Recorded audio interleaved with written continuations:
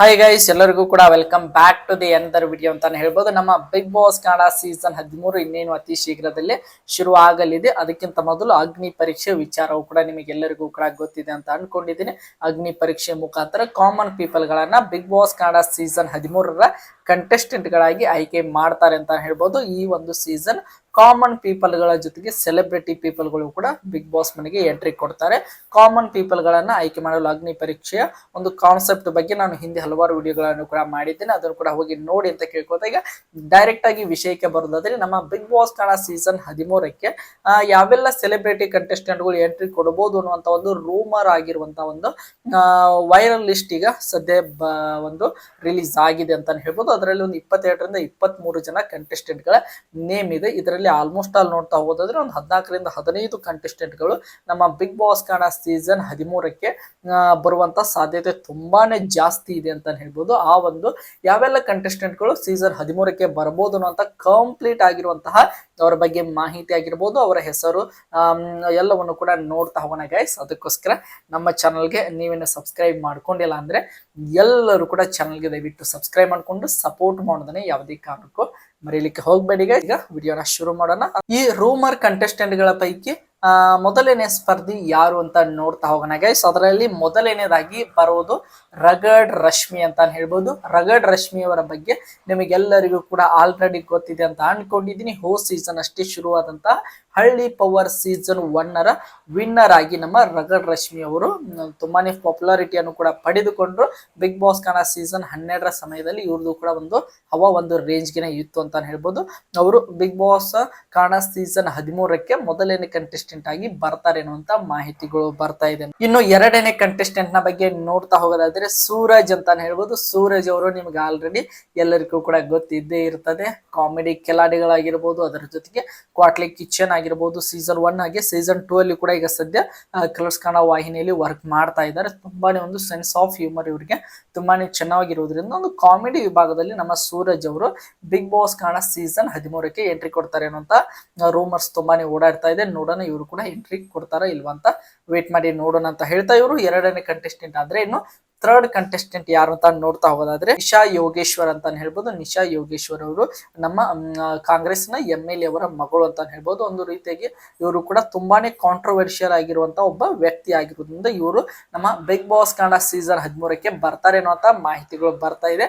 ನೋಡೋಣ ಬರ್ತಾರೆ ಇಲ್ವಾ ವೇಟ್ ಮಾಡಿ ಅಂತ ಹೇಳ್ತಾ, ಇನ್ನು ನಾಲ್ಕನೆಯ ಕಂಟೆಸ್ಟೆಂಟ್ ನ ವಿಚಾರಕ್ಕೆ ಬರೋದಾದ್ರೆ ಭರತ್ ಬೋಪಣ್ಣ ಅಂತ ಹೇಳ್ಬೋದು.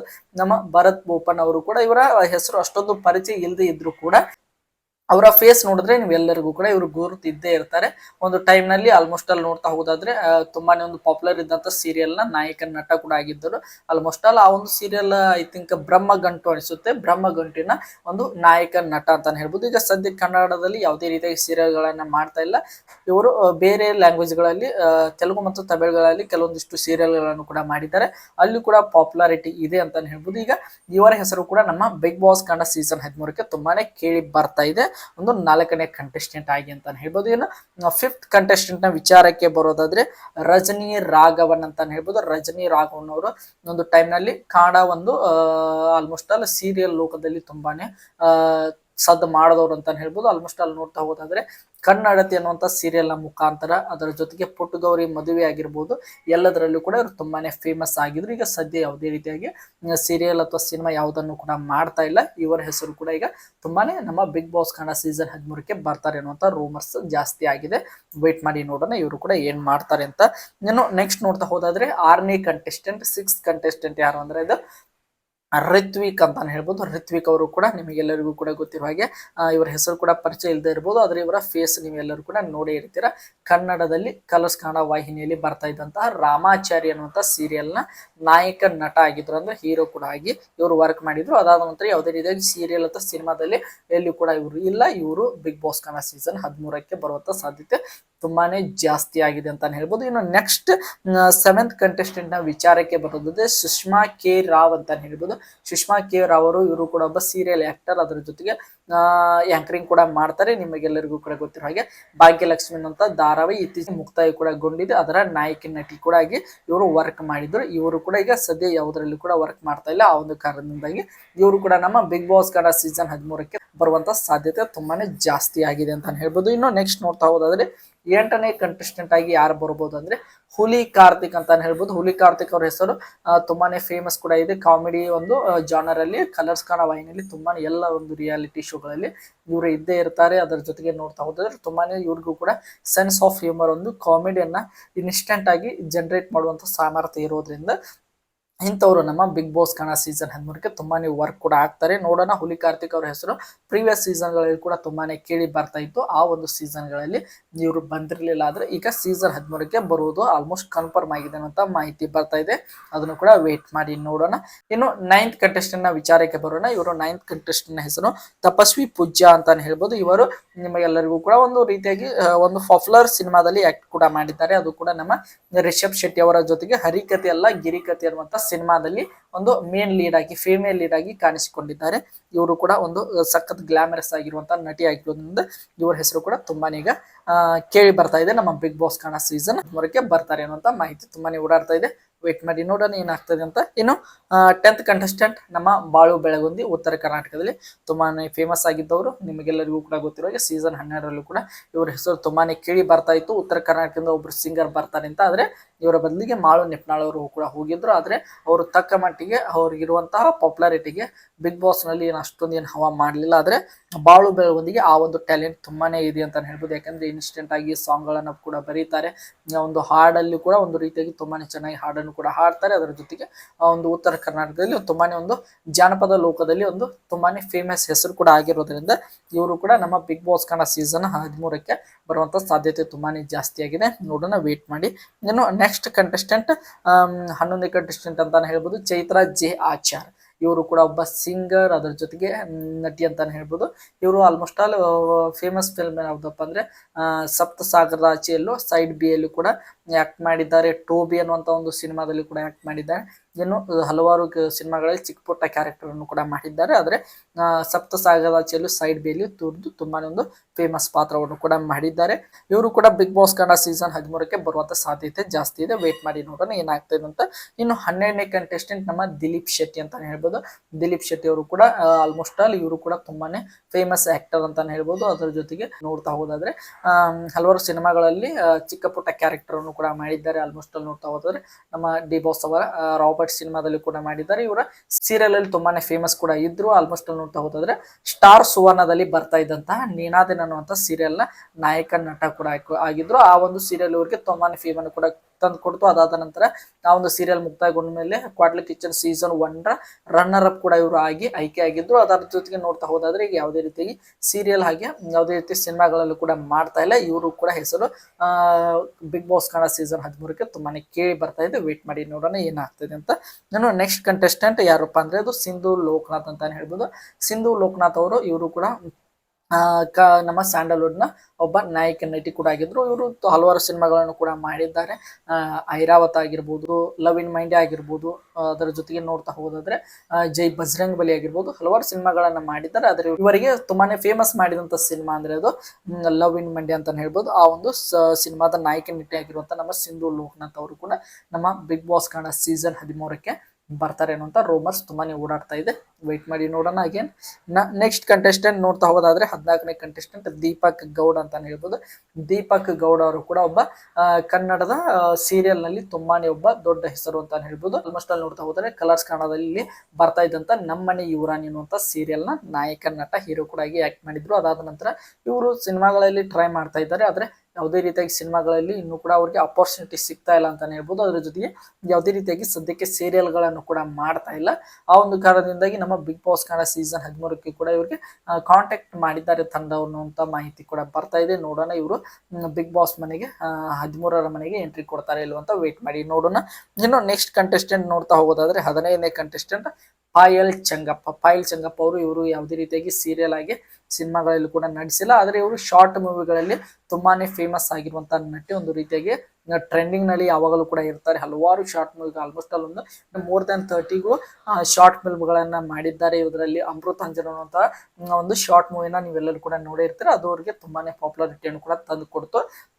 ಈಗ ಇವರ ಹೆಸರು ಕೂಡ ನಮ್ಮ ಬಿಗ್ ಬಾಸ್ ಕನ್ನಡ ಸೀಸನ್ 13ಕ್ಕೆ ತುಂಬಾನೇ ಕೇಳಿ ಬರ್ತಾ ಇದೆ. ಇನ್ನು ನೆಕ್ಸ್ಟ್ ಕಂಟೆಸ್ಟೆಂಟ್ ನೋಡ್ತಾ ಹೋಗೋದಾದ್ರೆ 16ನೇ ಕಂಟೆಸ್ಟೆಂಟ್ ಭವಿಷ್ಯ ಗೌಡ ಅಂತಾನೆ ಹೇಳ್ಬೋದು.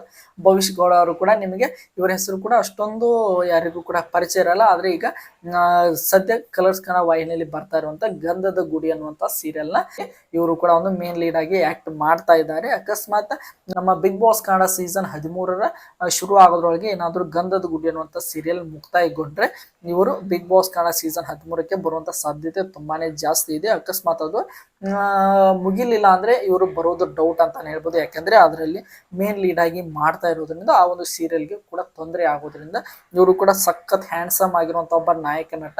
ತುಂಬಾನೇ ಇವರಿಗೆ ಒಳ್ಳೆ ಫ್ಯೂಚರ್ ಕೂಡ ಇದೆ. ಒಂದು ಸಖತ್ ಸೆನ್ಸ್ ಆಫ್ ಹ್ಯೂಮರ್ ಕೂಡ ಇವರಿಗೆ ಇರೋದ್ರಿಂದ ಆಲ್ಮೋಸ್ಟ್ ಅಲ್ಲಿ ನೋಡ್ತಾ ಹೋಗ್ತಾ ಇದ್ರೆ ನೀವು ಸೀಸನ್ 12ರಲ್ಲಿ ಗಂಧದ ಗುಡಿ ಅನ್ನುವಂತ ಒಂದು ಸೀರಿಯಲ್ ನಲ್ಲಿ ಪ್ರಮೋಷನ್ಗೂ ಕೂಡ ಇವರು ಬಿಗ್ ಬಾಸ್ ಮನೆಯೊಳಗೂ ಕೂಡ ಎಂಟ್ರಿ ಕೊಟ್ಟಿದ್ರು. ಅಲ್ಲಿ ಮುಖ ಪರಿಚಯ ನಿಮಗೆಲ್ಲರಿಗೂ ಕೂಡ ಇದ್ದಿರ್ತದೆ. ಇವರು ಕೂಡ ಬಂದ ಸಖತ್ತಾಗಿರ್ತದೆ. ವೇಟ್ ಮಾಡಿ ನೋಡೋಣ ಏನಾಗ್ತದೆ ಅಂತ. ನೆಕ್ಸ್ಟ್ ನೋಡ್ತಾ ಹೋಗೋದಾದ್ರೆ 17ನೇ ಕಂಟೆಸ್ಟೆಂಟ್ ರಾಮಿಕಾ ಶಿವ ಅಂತಾನೆ ಹೇಳ್ಬೋದು. ರಾಮಿಕಾ ಶಿವ ಇವರು ಕೂಡ ಒಬ್ಬ ಸಖತ್ತಾಗಿರುವಂತ ಕನ್ನಡದ ಸೀರಿಯಲ್ ಆಕ್ಟ್ರೆಸ್. ಇವರು ಕೂಡ ನಮ್ಮ ದಿಲೀಪ್ ಶೆಟ್ಟಿ ಅವರ ಜೊತೆಗೆ ನೀನಾದೇನ ಅನ್ನುವಂತ ಸ್ಟಾರ್ ಶೋನದಲ್ಲಿ ಬರ್ತಾ ಇದ್ದಂತ ಒಂದು ಇತ್ತು. ಅದರ ನಾಯಕಿ ನಟಿಯಾಗಿ ಕೂಡ ಇವರು ಆಕ್ಟ್ ಮಾಡಿದ್ರು.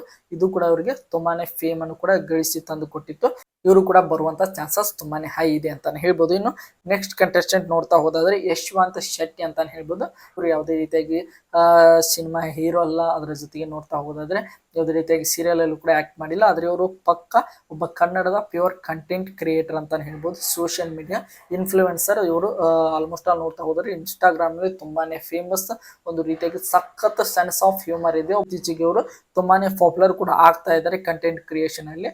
ಇವರ ಹೆಸರು ಕೂಡ ತುಂಬಾನೇ ಸದ್ದು ಮಾಡ್ತಾ ಇದೆ ಅಂತಾನೆ ಹೇಳ್ಬೋದು. ಇವರು ಕೂಡ ಬರುವಂತ ಸಾಧ್ಯತೆ ತುಂಬಾನೇ ಹೈ ಇದೆ ಅಂತಾನೆ ಹೇಳ್ಬೋದು. ಇನ್ನು ನೆಕ್ಸ್ಟ್ ಕಂಟೆಸ್ಟೆಂಟ್ 19th ಕಂಟೆಸ್ಟೆಂಟ್ ಬಗ್ಗೆ ನೋಡ್ತಾ ಹೋಗೋದಾದ್ರೆ ಇವರ ಹೆಸರು ರಾಧಾ ರಾಜ್ ಅಂತಾನೆ ಹೇಳ್ಬೋದು. ಆಲ್ಮೋಸ್ಟ್ ಅಲ್ಲಿ ನೋಡ್ತಾ ಹೋದಾದ್ರೆ ಇವರು ಕೂಡ ಕಲರ್ಸ್ ಕನ್ನಡ ವಾಹಿನಿಯಲ್ಲಿ ವರ್ಕ್ ಮಾಡಿದಂತ ಒಬ್ಬ ನಾಯಕಿ ನಟಿ.